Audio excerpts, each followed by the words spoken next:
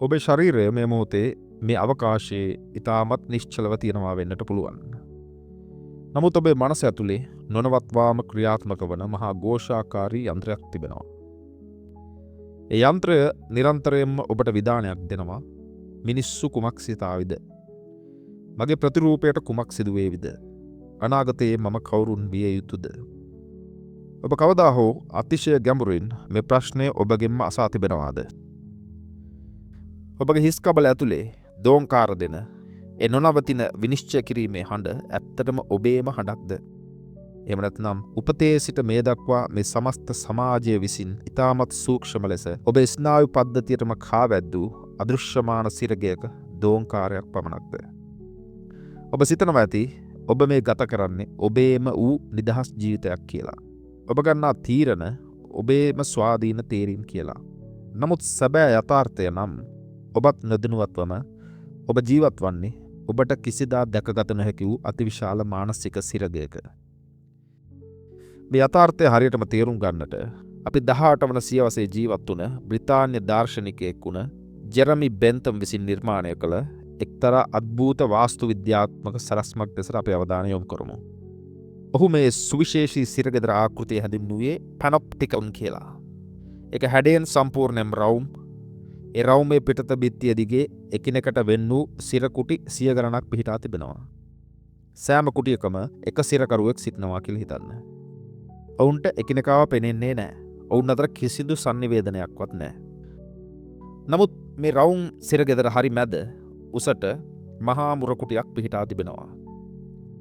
ඒ මුරකුටිය වටේටම තියෙන්නේ ඇතුළත නොපෙනෙන අඳුරු කළු වීදුරු.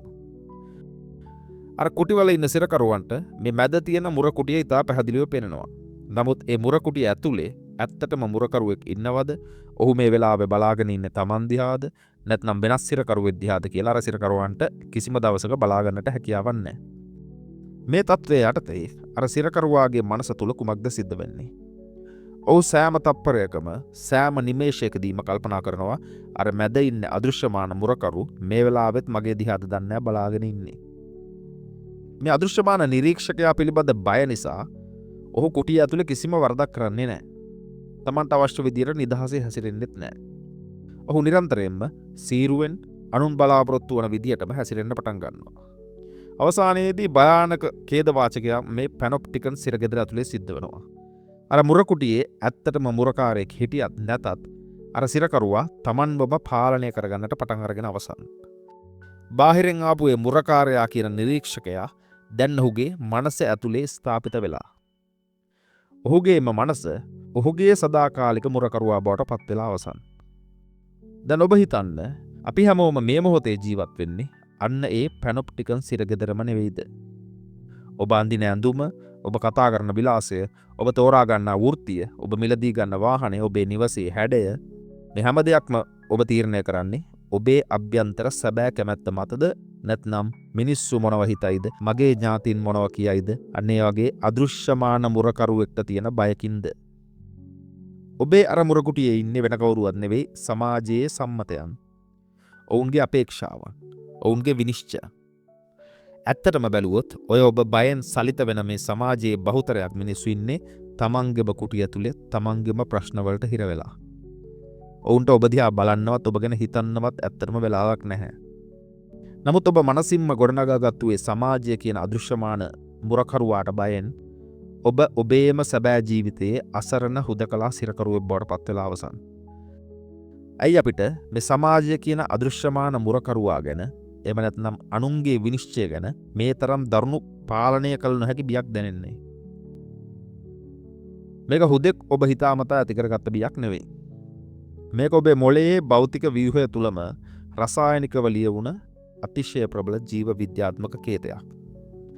අපි එවලූෂනරි සයිකොලොජි එහෙම නැත්නම් පරිණාමීය මනෝවිද්‍යාව මෙතනට අරගෙන මේ යථාර්ථය විච්ඡේදනය කරලා බලමු. මීට අවුරුදු ලක්ෂ ගණනකට පෙර අපේ මුතුන් මිත්තන් කුඩා ගෝත්‍ර ලෙස ඝන කැලෑවල ජීවත් වූ යුගයේ දෙසට මොහොතක් අපි හැරෙමු. ඒ අතීතයේදී යම් කිසි මිනිසෙක්ව තමන්ගේ රංචුවෙන් හෝ ගෝත්‍රයෙන් ප්‍රතික්ෂේප කළොත් ඌව කැලේට පන්නලා දැම්මොත් ඒක එකම අර්ථය මොකක්ද උනේ? ඒක හුදෙක් තනිවීමක් නෙවෙයි, ඒක අනිවාර්ය මරණ දඬුවමක්. හුදකලා වුණු ඒ මිනිසාව දරුණු වනසතුන් විසින් ගොදුරු කරගන්නවා. එහෙම නැත්නම් ආහාර නොමැතිව ඔහු කුසගින්නේ මැරෙනවා. එහෙම නැත්නම් අන්‍ය ගෝත්‍රකයන් විසින් මරා දමනවා. ඒ නිසා කැලෑවේ ජීවත් වූ ඒ ආදිකාලීන මනුෂ්‍යයාට තමන්ගේ ජීවිතය බේරා ගැනීමට නම් අනිවාර්යයෙන්ම රංචුවේ අනුමත කිරීම, රංචුවේ පිළිගැනීම අත්‍යවශ්‍යම සාධකයක් වුණා. මාව ගෝත්‍රයෙන් ප්‍රතික්ෂේප වෙයිද කියන ඒ මහා බීතිකාව අපේ මොළයේ ගැඹුරුම ස්ථානයේ, එහෙම නැත්නම් ඇමිග්ඩලායකය කියලා අපි කියනවා, ඒ බීතිකා මධ්‍යස්ථානයේ අතිශය තදින් කාවැදුනා. අද අපි ජීවත් වෙන්නේ වනසතුන් නැති නවීන ආරක්ෂිත නගරවල වෙන්න පුළුවන්. නමුත් අපේ හිස් කබල ඇතුලේ තියෙන්නේ අර අවුරුදු ලක්ෂ ගණනක් පරණ ආදිකාලීන මොළයම තමයි. අද කවුරු හරි ඔබ ප්‍රතික්ෂේප කළොත්, කාර්යාලයේදී ඔබව විවේචනයට ලක් වෙද්දී, සමාජ මාධ්‍ය ඔබට විරුද්ධ යමක් කියවෙද්දී, ඔබේ අර මොළයේ තියෙන ඇමිග්ඩලාව ඒක බාරගන්නේ සාමාන්‍ය වචන ටිකක් විදිහට නෙමෙයි. ඇමිග්ඩලාව වහාම අනතුරු අඟවනවා. අන්න මාව රංචුවෙන් එළියට දාන්න යන්නේ. මම දැන් තනි වෙයි. මට දැන් මැරෙන්න වෙයි. සමාජයේ පුංචි විවේචනයක්, අනුන්ගේ ඇහිබැමක් කිස්සීමක් ඔබේ මොළයට දැනෙන්නේ ජීවිතය සහ මරණය අතර සටනක් විදියට. මහා මරණ බියක් විදියට.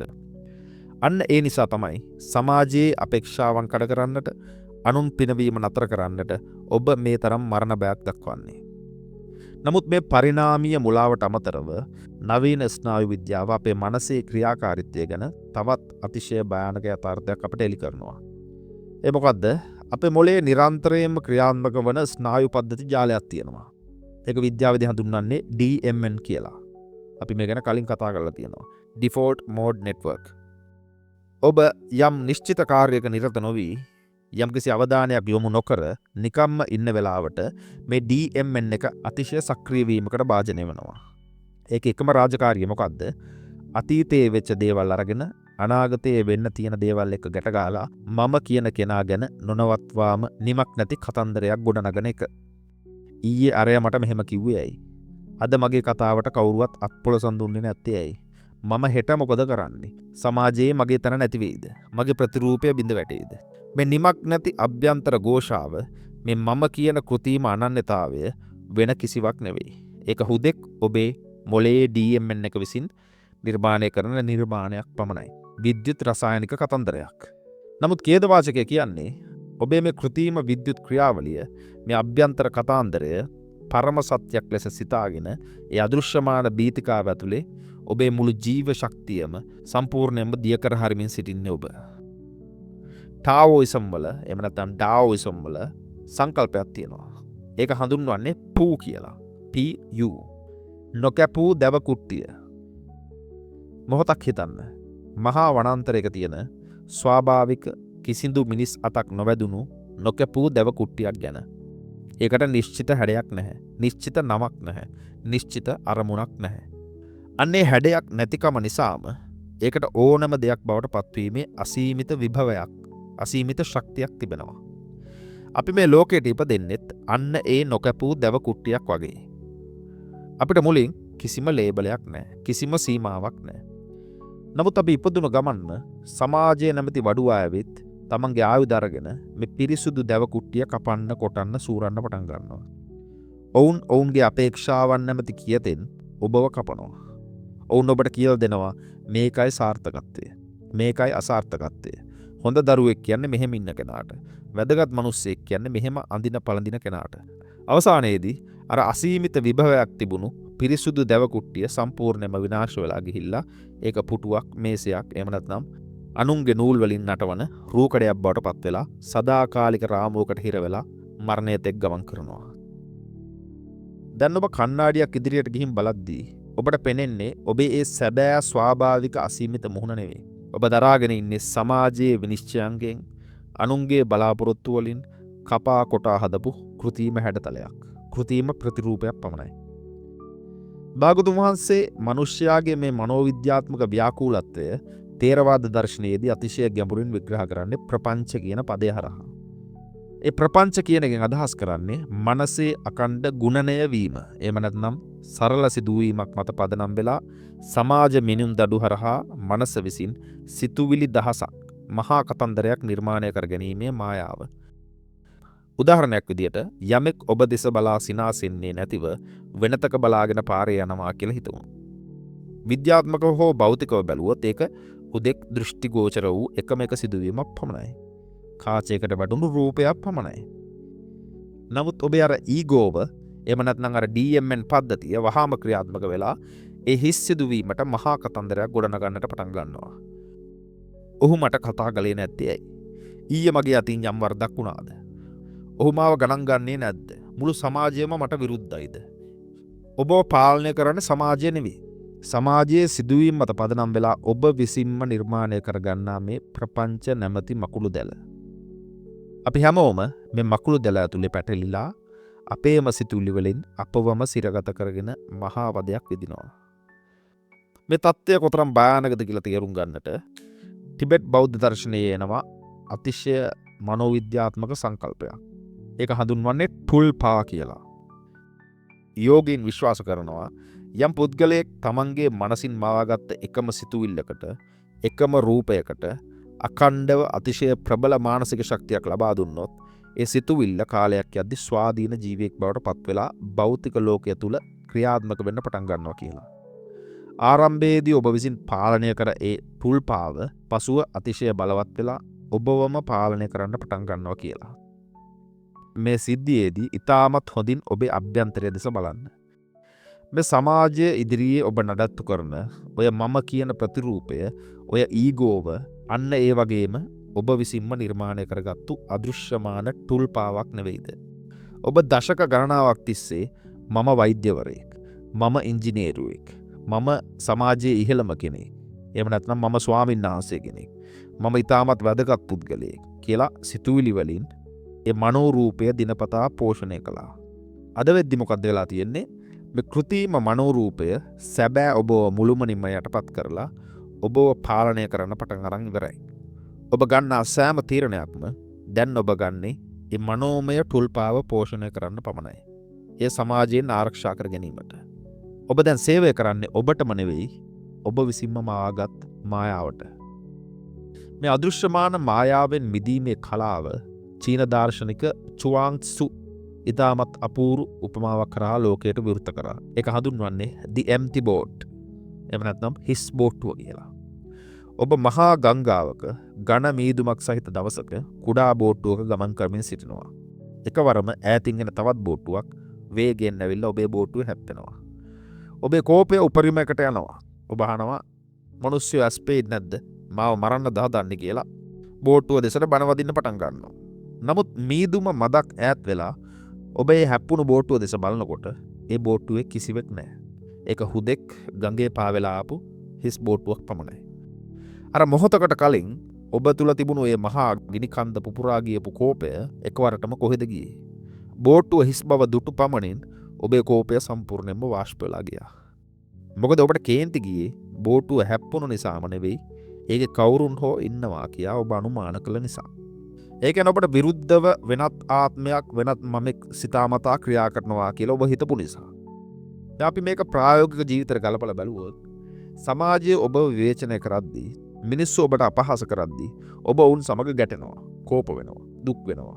නමුත් ඒ හැම මිනිසෙක්ම අර ගඟේ පාවීගෙන ආපු හිස් බෝට්ටුවක් පමණක් බව ඔබ දැක්කොත් මොකද වෙන්නේ? ඔවුන් කරන විවේචන, ඔවුන්ගේ කෝපය, ඔවුන්ගේ ඊර්ෂ්‍යාව කියන්නේ ඔවුන්ගේම අතීත වැඩසටහන් ගත කිරීම වල ඍජු ප්‍රතිඵලයක් පමණයි. ශ්‍රේෂ්ඨ ස්ටොයික් දාර්ශනිකයෙක් හිටියා සෙනෙකා කියලා.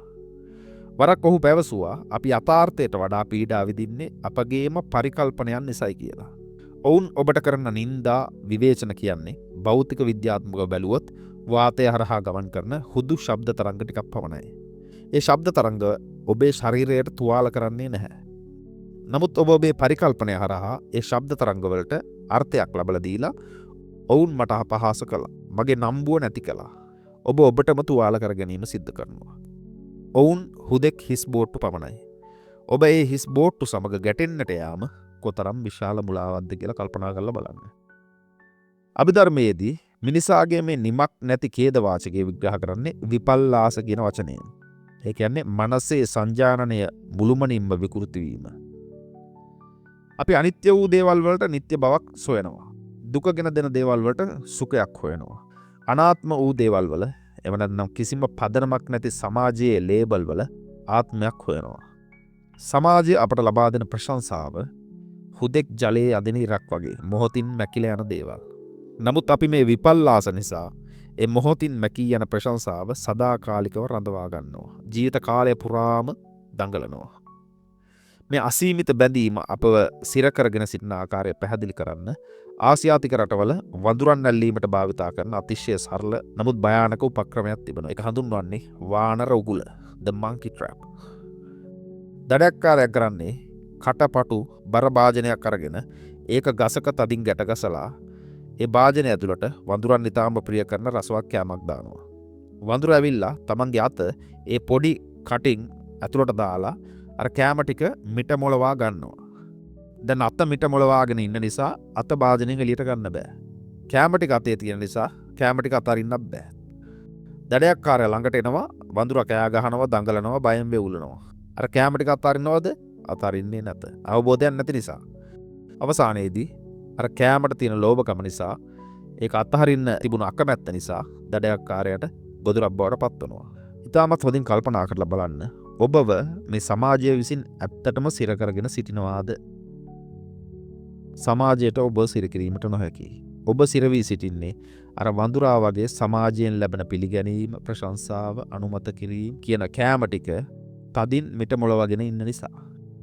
ඔබට ඕනෑම මොහොතක ඒ මිට මොලවගත් අත නිදහස් කිරීමට හැකියාවක් තියෙනවා, අයිතියක් තිබෙනවා.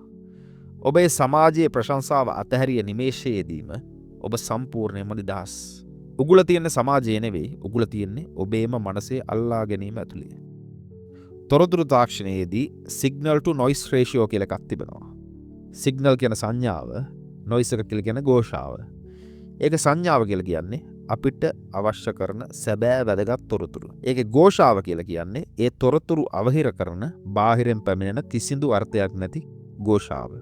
අපේ ජීවිතය ඇතුලේ මේක හරියටම ක්‍රියාත්මක වෙනවා.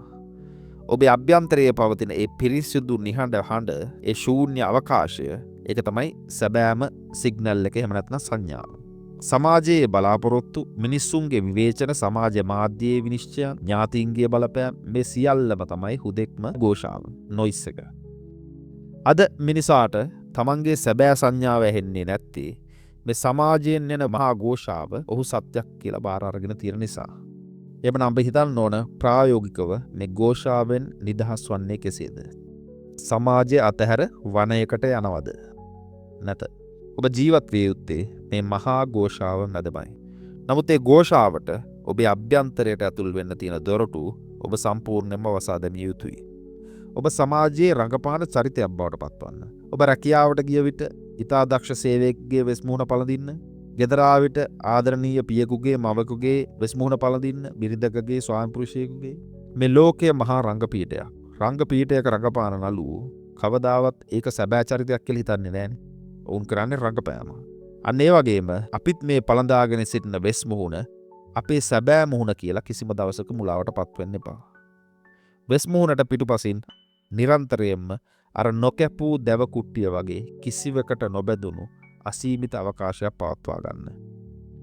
ඔබ යමෙකුට උදව්වක් කළ විට ඔවුන් ඔබට ස්තුති කළත් අපහාස කළත් ඔබේ අභ්‍යන්තරය නිශ්චලව පවත්වාගෙන යන්න ඉඩ හරින්න. මන්ද ඔබේ උදව්ව කළේ සමාජයෙන් ප්‍රශංසාවල් ලබාගෙන ඔබේ ටුල්පාව පෝෂණය කරන්න නෙවෙයි. ඔබ ඒක කළේ හුදෙක් විශ්වයේ ස්වාභාවික ක්‍රියාවලියක් ඔබ හරහා ගලා යන්නට ඉඩදීමක් හැටියට, ඉඩහැරීමක් හැටියට. මේ ගැඹුරු නිහඬතාවය ඇතුලේ ඔබ නිහඬ නිරීක්ෂකයෙක් බවට පත්වන්න. සයිලන්ට් ඔබ්සර්වර් කෙනෙක්. ඔබේ සිරුර ඇතුලේ කෝපයක් හටගන්න විට ඒකට මගේ කෝපය කියලා අයිතිවාසිකම් කියනවා වෙනුවට ශරීරය තුල රසායනික වෙනසක් සිදුවමින් පවතිනවා. ඒක දිහා හුදෙක් බලාගෙන සිටින්න. වර්ධකාරී හැඟීමක් පැමිණි විට ඒ සමග සටන් කරනවා වෙනුවට සමාජය විසින් ලියූ වැඩසටහන දැන් ක්‍රියාත්මක වීමට උත්සාහ කරනවා. එහෙම හිතලා උපේක්ෂාවෙන් බලන් ඉන්න. මේ නිරීක්ෂණය තුළ ඔබ ඒවට ප්‍රතිචාර නොදක්වන විට අර කෘත්‍රිම මෘදුකාංග වලට අවශ්‍ය ඉන්ධන නැති වෙලා යනවා. ඒ සිතුවිලි කිසිදු පදනමක් නොමැතිව අවකාශයටම දිය වෙලා යනවා. ඒක නිසා මොහොතක් ඉතාමත් ගැඹුරු හුස්මක් අරගෙන ඔබේ සමස්ත ශරීරයම මුළුමනින්ම ලිහිල් කරන්න. ඔබ වටා තිබුණු ඒ පැනොප්ටිකන් සිර ගෙදර අඳුරු බිත්ති දැන් එකින් එක මානසිකව පුපුරා බිමට හැලෙනවා. අර මැද හිටපු අදෘශ්‍යමාන මුරකරුවා හුදෙක් මායාවක් පමණක් බව ඔබට කෙමෙන් පෙනෙන්න පටන් ගන්නවා. ඔබේ දෑත්වල තිබුණු අදෘශ්‍යමාන යදම් සියල්ලම ගැලවී ගිහිල්ලා ඔබ අද මේ මොහොතේ ඉඳලා කිසිවෙකුට කිසිවක් ඔප්පු කරන්නට අවශ්‍ය නැති මනුෂ්‍යයෙක් බව සිහියට ගන්න. ඔබට අහිමි වෙන්න ප්‍රතිරූපයක් නැහැ. ආරක්ෂා කරගන්නට බොරු නම්බුවක් නැහැ. මේ සියලුම ලේබල්, ඒ සියලුම සමාජීය මායාවන් අර හිස් බෝට්ටුව වගේ ගඟේ පාවී යන්නට හැරලා ඔබ ගං යුරේ ඊටමත් නිදහසේ සිටගෙන ඉන්න ආකාරය සිහියට ගන්න. අතීතයේ කෘතිම බන්ධනවලුත් අනාගතයේ සමාජීය බලාපොරොත්තුවලුත් ඔබ සම්පූර්ණයෙන්ම නිදහස්. මේ ශූන්‍ය වූ හිස් අවකාශය තුල ඔබ කොතරම් බලවත්ද? මේ මුළු විශ්වයේම ශක්තිය ඔබ හරහා කිසිදු බාධාවකින් තොරව ගලාගෙන යන ආකාරය දකින්න. ඒ නොකැපූ දැවකුට්ටියේ පිරිසුදු ස්වභාවය ඔබේ අභ්‍යන්තරයේ සදාකාලිකම අවදි වෙන ආකාරය දකින්න. කිසිදු ഘോഷාවකට ඔබේ මේ පරම වූ නිහඬතාවය සොරා ගන්නට කිසිදා ඉඩ නොදෙන්න. ඔබ දැන් සැබෑ ලෙසම නිදහස්. සමාජීය මනෝමන්දිරයෙන් බෙදුණු ඔබේම වූ සැබෑ ජීවිතය මෙතනින් ආරම්භ වේවි. නමුත් මේ සැබෑ පිබිදීමෙන් පසු හෙට උදෑසන ඔබේ ඇස් ඉදිරියේ සම්පූර්ණයෙන්ම අලුත් ලෝකයක් විවෘත වේවි. ඔබ දකීවි පාරේ යන සෑම මිනිසෙක්ම, කාර්යාලයේ සිටින සෑම මිතුරෙක්ම තවමත් අර පැනොප්ටිකන් සිරගෙදර අදෘශ්‍යමාන යදම් වලින් බැඳී ගැලවීමට නොහැකිව නිදිමතෙන් නැවිදින ආකාරය. ඔවුන් තවමත් දුවන්නේ අර අනුන්ගේ අපේක්ෂාවන් නැමැති සෙවණැලි පිටිපස්සේ. මේ අවස්ථාවේදී ඔබ වුන්ව බලහත්කාරයෙන් අවදි කරන්නට යා යුතුද? කිසිසේත්ම නැහැ. මොකද ගැඹුරු නින්දක සිටින කෙනෙකුට ඔහු නිදාගෙන ඉන්නවා කියලා කිසි දිනක ඔප්පු කරන්නට බෑ. ඔහු එය පිළිගන්නේ ඔහුම ස්වාභාවිකව අවදි වූ දාට පමණයි. අපි විශාල ගිනිමලයක් උදාහරණයක් ලෙස ගමු. ඒ ගින්නට ඔබ වියලිලී කැබැල්ලක් දැමුවොත්, පරණරැල් දැමුවත්, කසල දැමුවත් ගින්න එය ප්‍රතික්ෂේප කරන්නේ නැහැ. ගින්න කරන්නේ තමන් වෙතට එන ඕනෑම දෙයක් තමන්ගේම ඉන්ධන බවට පත් කරගෙන තව තවත් දීප්තිමත්ව, තව තවත් ප්‍රබලව දැල්වීම. සැබෑ ලෙසම අවදි වූ ඔබත් අන්න ඒ ගින්න වගේ. සමාජයේ ඔබට ජයග්‍රහණය ගෙනාවත්, පරාජයන් ගෙනාවත්, ප්‍රශංසාව ගෙනාවත්, නින්දාව ගෙනාවත් ඒ කිසිවක් ප්‍රතික්ෂේප කරන්නේ නැහැ. ඒ කිසිවක් සමග සටන් කරන්නේ නැහැ. ඔබ කරන්නේ ඒ සෑම අත්දැකීමක්ම ඔබේ අභ්‍යන්තර නිහඬතාවය තවදුරටත් වර්ධනය කර ගැනීමට, ඔබේම ආත්මීය ශක්තියේ ඉන්ධන බවට පත් කර ගැනීම පමණයි. බාධාවම ඔබේ මාවත බවට පත්වනවා. භෞතික විද්‍යාව වෙනවා ශක්ති සංස්ථිති නියමය කියලා නියමයක්. ශක්තිය කිසි දිනක විනාශ කළ නොහැකි. ඒක එක තත්වයකින් තවත් තත්වයකට පරිවර්තනය වනවා පමණයි. ඔබ කෝප වන විට, ඔබ සමාජයේ අපේක්ෂාවන් සමග පොරබදන විට, ඔබ අන් අය කුමක් කියයිද කියලා බියෙන් බෙවුලන විට, ඔබේ අභ්‍යන්තරයේ පවතින අතිමහත් ජීව ශක්තිය තාපය සහ පීඩනය බවට පත්වෙලා සම්පූර්ණයෙන් අපතේ යනවා. DMN පද්ධතිය හරහා සිතුවිලි දහස් ගණනක් ලෙස ඒ ශක්තිය විසිරී යනවා. අවසානයේදී ඔබට කිසිදු නිර්මාණාත්මක දෙයක් කිරීමට ශක්තියක් ඉතුරු වන්නේ නැහැ. නමුත් ඔබ මේ සියලු මනෝමය විනිශ්චයන් අතහැර දැමූ මොහොතේදී ඔබේ මනස අතිශයින්ම නිශ්චල වෙනවා. ඒ නිශ්චලතාවය කියලා කියන්නේ නිකම්ම හිස් බවක් නෙවෙයි. ඒක තමයි ශූන්‍යත්වය. ඒ ශූන්‍යත්වය තුළ ඔබේ විසිරී ගිය සමස්ත ශක්තියම එකම ලක්ෂයකට එක්රැස් වෙනවා. ඒක හරියට විසිරී යන හිරු එළිය විශාලන කාචයක් කරහා එක තැනකට නාභිගත කළ විට ඒකට අතිමහත් ගින්නක් නිපදවීමට හැකි වෙනවා වගේ. ඔබේ නිහඬ මනසට මේ විශ්වයේ ඕනෑම බලගතු ඉලක්කයක් කිසිදු අසහනයකින් තොරව විනිවිද දැකිය හැකියි. සමාජය ඔබට විවිධ ඉලක්ක පෙන්නාවි. ඔබ මේ දේ ලබාගත යුතුයි. එවිට ඔබට සතුටු විය හැකි කියයි. ඔවුන් ඔබට කොන්දේසි පනවාවි. නමුත් ඔබේ සැබෑ සතුට, සැබෑ සාමය කියන්නේ අනාගතයේදී ලබා ගන්නට තියෙන ගමනාන්තයක් නෙවෙයි. ඔබ සතුට පසුපස හඹා යන තාක්කල් ඔබ එයින් අදහස් කරන්නේ කුමක්ද? මට මේ මොහොතේ සතුට නෑ කියන අතිශය භයානක යථාර්ථය නෙවෙයිද?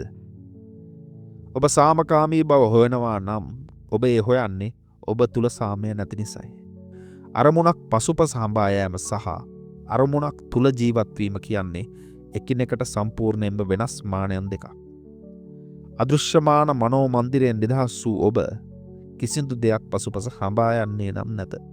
මොකද හඹා යන්නට ඔබ සහ අරමුණ කියලා දෙකක් ඔබට හමුවන්නේ නැති නිසා.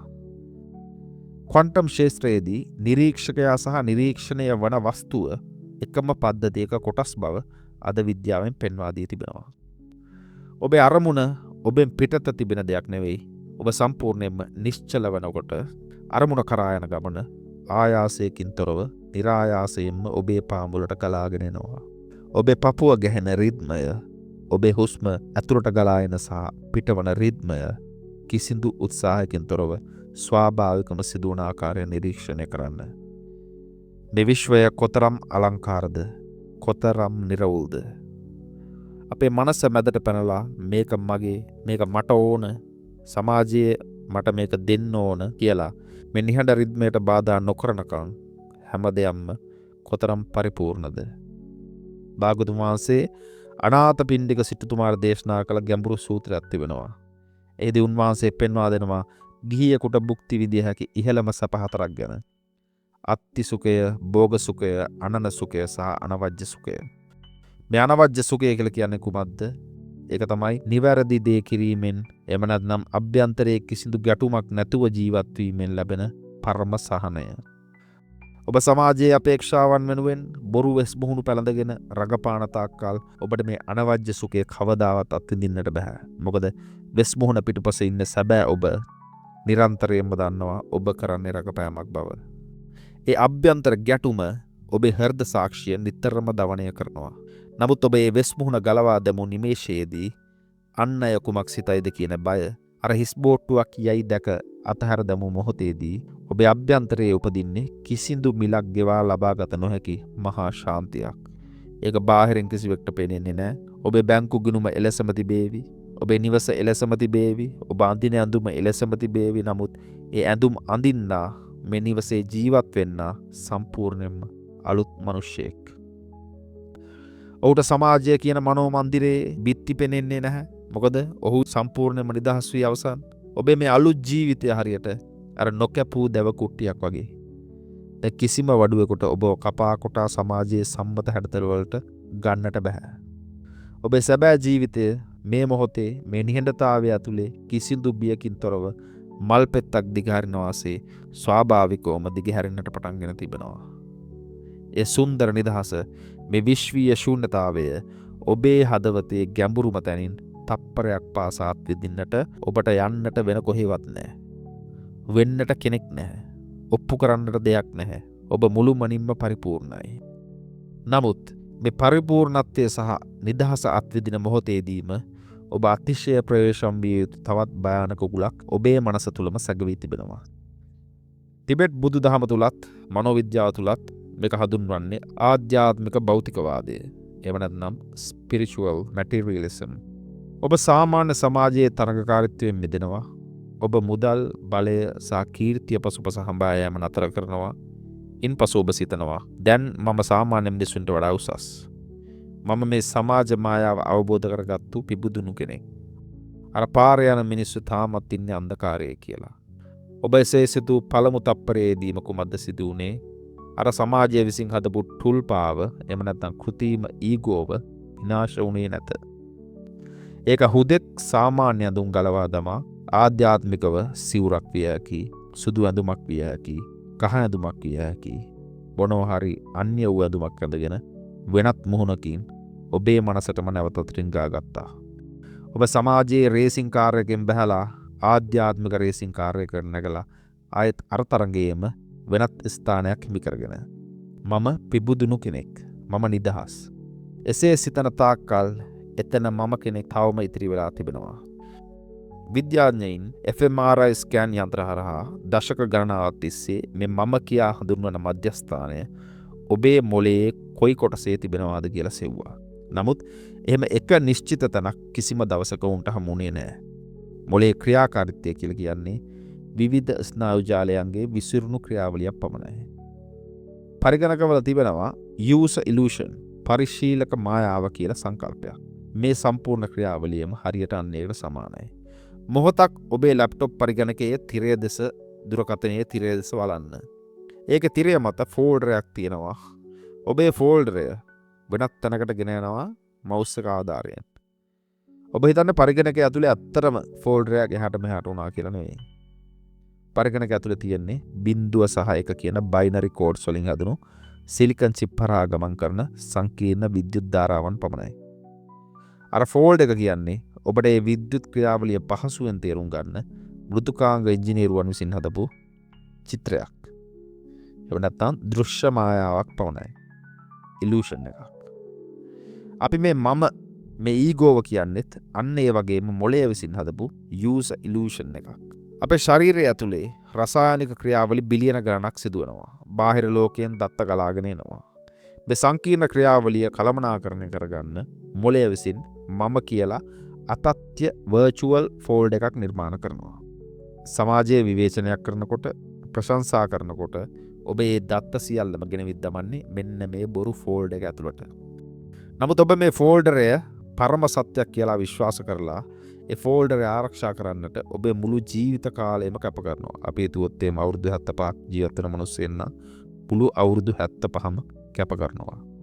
මේ යථාර්ථය සෙන් දර්ශනයේ ආරම්භකයා වුණ බෝධිධර්මයන් වහන්සේ අතිශය ප්‍රබල එකම එක වචන හුවමාරුවකින් ලෝකයට පෙන්වලා දුන්නා. දිනක් ඔහුගේ ප්‍රධාන ගෝලයා වීමට පැමිණි හුයිකේ දින ගණනාවක් හිම කුණාටුවේ බලා සිට අවසානයේ බෝධිධර්මයන් ඉදිරියට පැමිණෙනවා. ඔහු කඳුළු සලමින් කියනවා මහත් වේදනාවෙන්, ගුරුතුමනි, මගේ මනස අතිශයින් ව්‍යාකූලයි. සමාජයේ ප්‍රශ්න, අනාගතය ගැන බිය මාව නින්දෙන් පවා අවදි කරනවා. මට කිසිම සාමයක් නැහැ. කරුණාකර මාගේ මේ මනස සංසුන් කරලා දෙන්න කියලා. බෝධිධර්මයන් වහන්සේ ඊටමත් නිශ්චලව ඔහුගේ දැස් දෙස තියුණු ලෙස බලා එකම එක ප්‍රබල වාක්‍යයක් පැවසුවා. එසේනම් ඔබේ ඒ ව්‍යාකූල වූ මනස මේ දැන් මගේ ඉදිරියට ගෙන එන්න. මම ඒක සදහටම සංසුන් කරලා දෙන්නම් කියලා. හුයිකේ පුදුමයටපත් වෙලා ඔහු එතනම වාඩි වෙලා දැස් පියාගෙන තමන්ගේ ඇතුළාන්තය හාරා අවුස්සමින් මේ වේදනා දෙන මනස කොහෙද තියෙන්නේ කියලා හොයන්න පටන් ගත්තා. ඔහු මොළය ඇතුලේ බැලුවා, හදවත ඇතුලේ බැලුවා, සිතුවිලි අතර බැලුවා. පැය ගණනාවකට පස්සේ ඔහු දැස් විවෘත කළා. ඊටමත් අසරණ විදියට කිව්වා, ගුරුතුමනි, මම කොතරම් ගැඹුරට හෙව්වත් මට අල්ලලා පෙන්වන්න තරම් එහෙම මනසක් කොහෙවත් නැහැ. එවිට බෝධිධර්මයන් වහන්සේ මද සිනහාවක් පාලා මෙලෙස පැවසුවා. එහෙමනම් මම ඔබේ මනස අවසන් කරලා අවසන්. ඔබට තේරෙනවද මේ කතාවේ අසීමිත කම්පනීය ගැඹුර? අර සමාජයේ විසින් ඇති කරපු බිය, කෝපය, ව්‍යාකූලත්වයේ පීඩනය මේව පවතින්නේ ඔබ ඒව ඇත්තක් කියලා හිතාගෙන අර මම කියන ෆෝල්ඩරය ඇතුලේ ඒව අල්ලගෙන ඉන්න තාක් කල් පමණයි.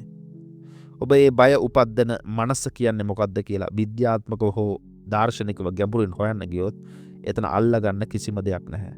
වේදනාවක් තියෙනවා, නමුත් ඒ වේදනාව විඳින්නෙක් නැහැ. බයක් තියෙනවා, නමුත් ඒ බය වන්නෙක් නැහැ. සිතුවිල්ලක් තියෙනවා, නමුත් ඒ සිතන්නෙක් නැහැ. මේ සියල්ල හුදෙක් අහසේ පාවී යන වලාකුළක් වගේ. ස්වාභාවිකව මතුවලා ස්වාභාවිකව මැකී යන දත්ත ප්‍රවාහයක් පමණයි. ශුඤ්ඤතෝ ලෝකෝ අවෙක්කස්සු මෝගරාජ සදාසතෝ කියලා මෝගරාජ සූත්‍රයේ භාගතුන් වහන්සේ දේශනා කරන්නේ ලෝකයේ ශුන්‍ය වශයෙන් දකින්න. ශුන්‍යතාවය කියලා කියන්නේ සෑම දෙයක්ම තවත් දෙයක් මත පදනම්ව පවතින බවත්, කිසිදු දෙයකට ස්වාධීන පැවැත්මක් නැති බවත්. ඔබ වෙන්නේ සමාජය නිසා නම් සමාජය ඔබෙන් ඉවත් කළ විගස ඔබ ශූන්‍යයි. අයින්ස්ටයින්ගේ සාපේක්ෂතාවාදයේ පෙන්වා දුන්නා වගේ කාලය සහ අවකාශය පවා නිරීක්ෂකයාට සාපේක්ෂව වෙනස් වෙනවා නම් සමාජයේ යලවන හොඳ නරක ලස්සන අවලස්සන කියන ලේබල් වලට පරම සත්‍යයක් තියෙන්න පුළුවන්ද? දැන් මේ ශූන්‍යතාවය ගැන අපි කතා කරා. මේක අවබෝධ කරගත්ත ඔබ හෙට සමාජයට මූණ දෙන්නේ කෙසේද කියලා හිතුවොත් අර මම කියන කෘතිම ප්‍රතිරූපය, එහෙම නැත්නම් ඊගෝව අකණ්ඩව නඩත්තු කිරීම කියලා කියන්නේ අතිශය ඉහළ එන්ට්‍රොපියක්. ඒ කියන්නේ අධික ශක්තියක් නාස්ති වන ක්‍රියාවලියක්. හරියට කන්දක් උඩට විශාල ගලක් තල්ලු කරගෙන යනවා වගේ ඔබ නතර වුණ ගමන් ගල ආපසු පල්ලෙහාට පෙරලෙන්න පටන් ගන්නවා. ඒක නිසා ඔබේ මුළු ජීවිතයම මේ ගල තල්ලු කිරීමේ මහන්සියක් බවට පත් වෙලා තියෙන්නේ. නමුත් මේ ශූන්‍යතාවය අවබෝධ කර ගැනීම, එහෙම නැත්නම් අතහැරීම කියන්නේ මේ පද්ධතියේ පවතින අඩුම ශක්තිය මට්ටමට lowest energy state එකකට පැමිණීම. ඒ කියන්නේ ඔබ අර ගල තල්ලු කිරීම සම්පූර්ණයෙන් නතර කරලා දානවා වගේ වැඩක්. ඔබ සාමාන්‍ය මිනිසෙක් වශයෙන් ජීවත් වෙනවා. නමුත් කිසිදු ප්‍රතිරූපයක් නඩත්තු කිරීමට ඔබ ශක්තිය වැය කරන්නේ නැහැ. එවිට අර අපතේ ගිය ඔබේ සමස්ත ජීව ශක්තියම අතිශය බලගත විදියට ඔබේ අභ්‍යන්තරයේ කේන්ද්‍රගත වෙනවා. ඒක හරියට නිශ්චල ජලාශයක් වගේ. පිටතින් කොතරම් සුළං හැමුවත් ගැඹුරු පතුලේ කිසිදු කැළඹීමක් නැහැ. යමෙක් ඔබට අපහාස කළොත් එය හරියට අර නිශ්චල ජලාශයකට ගලක් දමනවා වගේ පුංචි රැල්ලක් ඇති වේවි. නමුත් ඒ ජලාශය ඒ ගලට විරුද්ධව ක්‍රියාත්මක වන්නේ නැහැ. සටන් කරන්නේ නැහැ. ගල පතුලටම කිඳා බස්සවා ජලාශය නැවතත් සුපුරුදු නිශ්චලතාවයටම පත්වනවා. ඒක කිසිදු අභ්‍යන්තර ඝර්ෂණයක් නෑ. අපි හැමෝම අපේ ජීවිත කාලය පුරාම වේදනාවින්දේ යථාර්ථය මේකයි කියලා සමාජය උගන්වපු බොරුව ඇත්තක් කිය විශ්වාස කරපු නිසා. අද ඒ බොරුවේ යදම් ඔබ සම්පූර්ණයෙන් බිඳ දමා අවසන් සමාජය කියන මනෝමන්දිරයේ එකඳු ගඩලක් හෝ දැන් ඔබේ මනස වටා ඉතිරි වෙලා නැහැ. ඔබේ අහස මුළුමනින්ම පැහැදිලි විවෘතයි. මෙනිහටතාවය ඇතුලේ ඔබේ හුස්ම කොතරම් මෘදුව ගලාගෙන යනවාද කියලා බලන්න. කිසිවක් පාලනය කරන්න උත්සාහ කරන්න එපා. ඔබට ඇසෙන බාහිර ශබ්ද, ඔබ සිරුරට දැනෙන උෂ්ණත්වය, පපුවේ ගැස්ම මේ සියල්ලම හුදෙක් එකම විශ්වීය නර්තනයක කොටස් පමණයි. ඔබේ නර්තනය නරඹනවා මිසක් ඔබේ නර්තනය පාලනය කරන්නේ නැහැ. අන්නේ අතහැරීම තුළින් උපදින නිදහස මනුෂ්‍යයෙකුට මේ භවයේදී ලබාගත හැකි උත්තරීතරම නිදහසයි. දැන් සෙමෙන් ඔබේ අභ්‍යන්තර ඇසින් ඔබ අවට ලෝකයේ දෙස බලන්න. සෑම දෙයක්ම අලුත්, නැවුම්, පිරිසුදු බවක් ඔබට දැනේවි. ඔබේ සැබෑ ජීවිතය, ඒ කිසිදු ලේබලයක් නොමැති පිරිසුදු ජීවිතය දැන් මේ නිමේෂයේ මෙතනින් ස්වාභාවිකවම ගලා යන්නට පටන්ගෙන අවසන්. මේ ගමනට කිසිදු බාධාවක් නැහැ. මන්ද බාධා කරන්නට ඔබ කියා කෙනෙක් දැන් එතන නැති නිසා. ඔබට පරම ශාන්තියම උදා වේවා කියලා ප්‍රාර්ථනා කරනවා. සියලු දෙනාටම තෙරුවන් සරණයි.